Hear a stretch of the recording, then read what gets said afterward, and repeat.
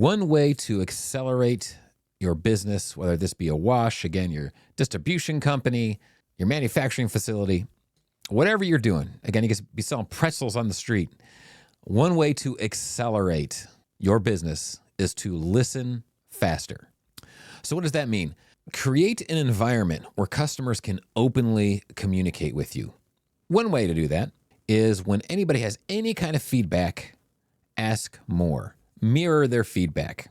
Mirroring is a technique, also part of my sales training course, where someone says a term.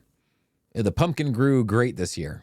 The pumpkin grew great this year. You can mirror back and they'll be like, oh yeah, I think it was because of this, this, and this. And then they'll just go on and on. And when they stop, repeat the last 3 or 4 words, and they're going to go on and on again.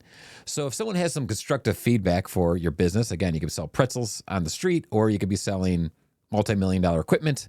Get as much feedback as possible. Listen intently. Don't get defensive. Just listen and let people talk. They're going to give you more and more information. Companies who listen better and listen faster. And what do I mean by listen faster? Listening faster means you took what they said, you tried to find out as much as possible surrounding everything they said, and you tried to find where the miscommunication happened. Most of the time, it's a miscommunication of expectation. And you go back to your sales team, your development team, your production team, owners and leadership, and you can all communicate together. You could all roundtable where the expectation was missed. It's probably not where you expect it. And when you listen fast, you make this a regular process.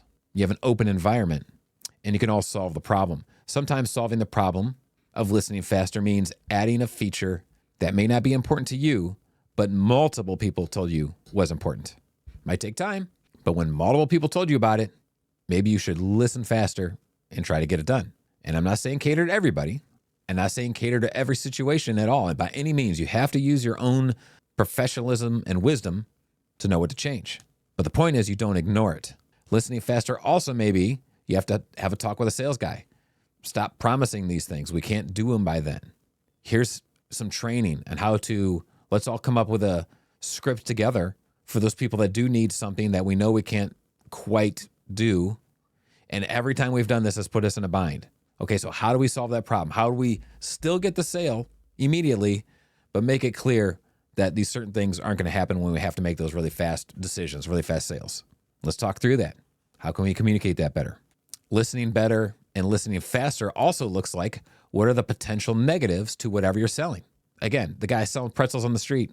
I know it looks like too much salt in the pretzels, but here's why we put this much salt in the pretzels. Because scientists have proven 20% of the salt falls off by the time you get it into your mouth. I know that sounds like a ridiculous analogy. The point is, when you get multiples of feedback telling you a potential negative, then you want to get that potential negative out front in your sales pitch. Because if 1 or 2 people, and after a month, 3 or 4 people say it, and maybe after a couple months, 5 or 6 people say it, it's probably 10 to 20 times people are really thinking that. I know that's a number I'm pulling out of midair, but in my experience, it's at least 10 to 20 times the amount of people are thinking what one person says. So it's a bigger deal than you think. That's why you want to get information out of people. And even when you do get information, when you have good relationships with regular customers, you can start asking them a little bit about it. Now, when customers think you're too nice, this is a problem because they won't communicate clearly with you. Sometimes, just something to keep in mind. Sometimes really good people will communicate, even things they don't want to say. But I have seen in the past where you have such a great relationship with a customer, they don't want to disappoint you and they won't tell you the truth. So just keep that in mind. Part of listening better and listening faster is being hyper aware of demographics that are not you.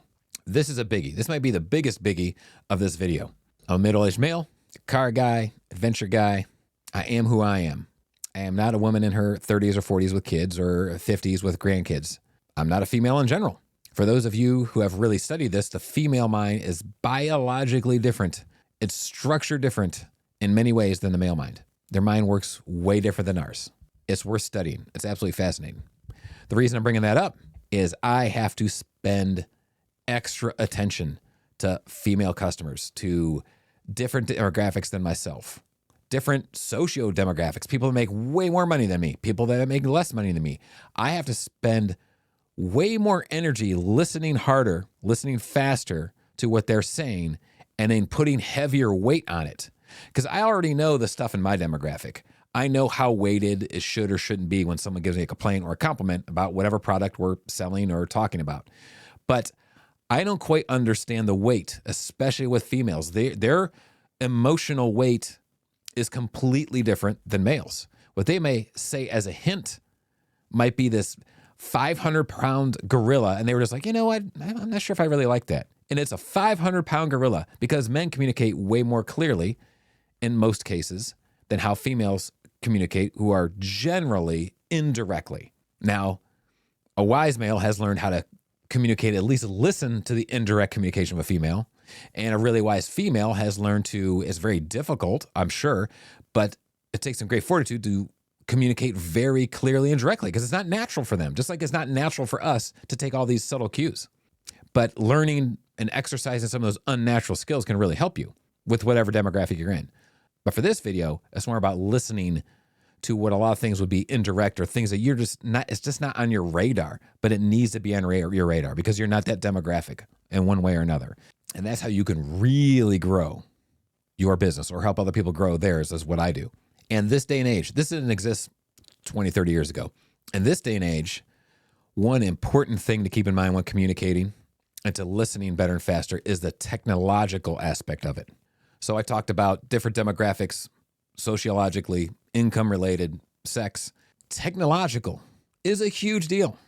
People often would say, explain it to me like I'm an 8-year-old. Now I say, explain it to me like I'm a 70-year-old. Because if it's tech-related at all, it's much harder to explain it to a 70-year-old than it is an 8-year-old. The 8-year-old is going to get it way faster than me. I want to pretend I'm 70 and I have no clue of what's going on. So please explain to me like I'm an 80-year-old.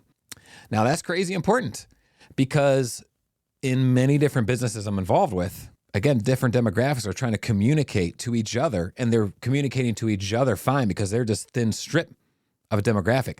But their end user could be a 70, 75-year-old or a 18 to 20-year-old. And that technological difference is huge. The gap is huge between those two when it regards anything technologically driven. So you have to think of these things. Something that might be easy for you, for 50 to 70-year-old, is really, really difficult, and they just don't want to deal with it. You got to make it way simpler. They'll jump on if it's way simpler, but every step you have to take, they're out. So when you go throughout your day, in whatever business you're at, again, this is mostly car wash related at the moment, start to figure out and start to be open to how you can learn faster, listen faster, and gather more and cleaner data from your customers. This is the whole reason Dr. Deming said, drive out fear in your organization, because you all need to communicate very openly. And fear could come in many ways in an organization. So there you go. That's all for today's drive-by. Hope you have a great day, and thank you for watching.